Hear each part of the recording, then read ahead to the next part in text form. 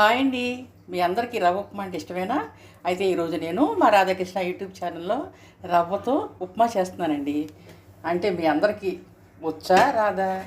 వస్తే చేసుకోండి, రాలేదనుకోండి నేను చేస్తున్నాను కదా మా రాధాకృష్ణ యూట్యూబ్ ఛానల్లో. అప్పుడు మీరు చూసి చక్కగా బొంబాయి రవ్వతో ఉప్మా చేసుకోండి ఫ్రెండ్స్. అయితే ఈరోజు నేను మా రాధాకృష్ణ యూట్యూబ్ ఛానల్లో బొంబాయి రవ్వతో ఉప్మా చేస్తున్నాను అనమాట.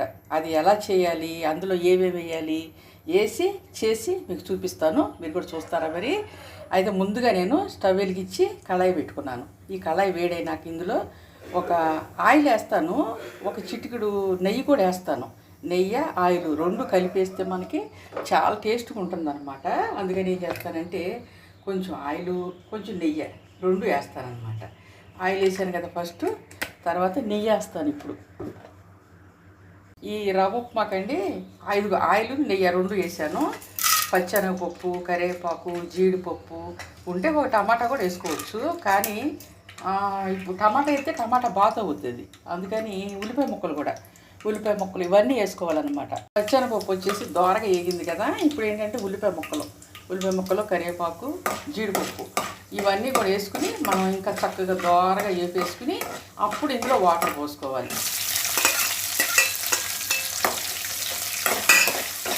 ఇవన్నీ వేసుకుని ఇందులో అల్లం కూడా వేసుకుంటే బాగుంటుందండి. మా ఇంట్లో అల్లం లేదు, నేను వేయట్లేదు. ఇవి దోరగా వేగిన తర్వాత ఏం చేయాలంటే రవ్వ అంటే ఒక గ్లాసు రవ్వకి 2 గ్లాసులు నీళ్ళు పోయాలి. అప్పుడు రవ్వ చక్కగా ఉడుకుతుంది అనమాట. అంటే మనం కొంచెం జారుగా ఉండాలి అంటే ఈ కొంచెం ఇంకా మగ్గనిద్దాం. ఇదిగోండి ఒక గ్లాసు రవ్వకి 2 గ్లాసులు నీళ్ళు పోసుకోవాలి. ఉల్లిపాయ ముక్కలు తొందరగా మగ్గాలి మనకు అనిపిస్తే కొంచెం ఉప్పు చల్లుకోండి. ఒక చిటికెడు ఉప్పు వేసుకున్నాం అనుకోండి, ఉల్లిపాయ ముక్కలు తొందరగా మగ్గిపోతాయి. వాటర్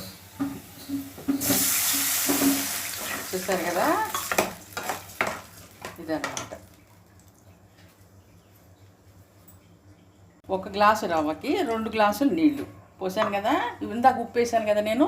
ఉల్లిపాయలు మగ్గటం కోసం ఉప్పు చల్లుకున్నాను. ఇప్పుడు ఉప్పు అవసరం లేదు. ఇంకా నీళ్లు బాగా మరిగినాయి కదా. ఇప్పుడు రవ్వ వేసుకుని తిప్పేసుకుందాం అనమాట. రవ్వనండి ఇలా నీళ్ళల్లో పోసుకుంటూ తిప్పుకోవాలి. ఒక్కసారి గుమ్మరిచ్చేస్తే ఉండలు కట్టేస్తుంది అనమాట. ఉండలు కట్టకుండా చక్కగా ఇలా పోసుకుంటూ తిప్పుకోవాలి. మరి మా రాధాకృష్ణ యూట్యూబ్ ఛానల్లో నేను చేసే రవ్వ ఉప్మా మీకు ఎలా అనిపిస్తుంది? ఇట్లా పోసుకుంటూ తిప్పుకుంటే ఏమవుతుందంటే మనకి రవ్వ ఉండలు కట్టదు. లేదనుకోండి ఉండలు కట్టేస్తుంది అనమాట, గట్టిగా అయిపోతుంది. అట్లా కాకుండా ఇట్లా పోసుకుంటూ తిప్పుకోవాలి. మొత్తం చిక్కబడిపోయింది చూసారా, అంత దగ్గరికి వచ్చేసింది అనమాట. ఇంకా నేను రవ్వ వేసి బాగా తిప్పుకున్నాను. నెయ్యి వేయటం వల్ల ఇలా వచ్చిందనమాట. అయితే ఇది బాగా దగ్గరికి తిప్పేసుకున్నాను కదా. ఇంకా నేను స్టవ్ ఆపేస్తానండి.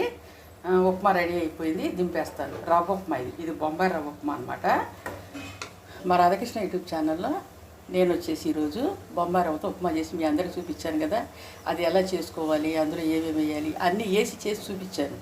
మీకు నచ్చినట్లయితే మీ ఇంట్లో మీరు కూడా చేసుకుని మీ వాళ్ళందరికీ పెట్టుకోండి. మరి ఈరోజు ఈ వీడియో ఇక్కడ ఆపేస్తాను ఫ్రెండ్స్.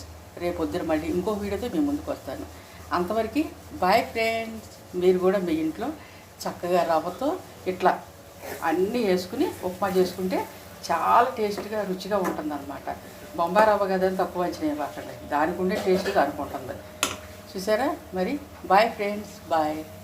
ఇంకా నేను స్టవ్ ఆపేస్తాను. దీని మీద కూడా మూత వేసేస్తాను. ఇంకా కట్టేస్తున్నాను. Bye friends, bye. ఇదంతా కూడా చక్కగా మగ్గిపోయింది. ఇంకా మగ్గిపోవటం అంటే చక్కగా ఉడికింది, టేస్ట్గా ఉంటుందన్నమాట. మీరు ట్రై చేయండి ఒకసారి.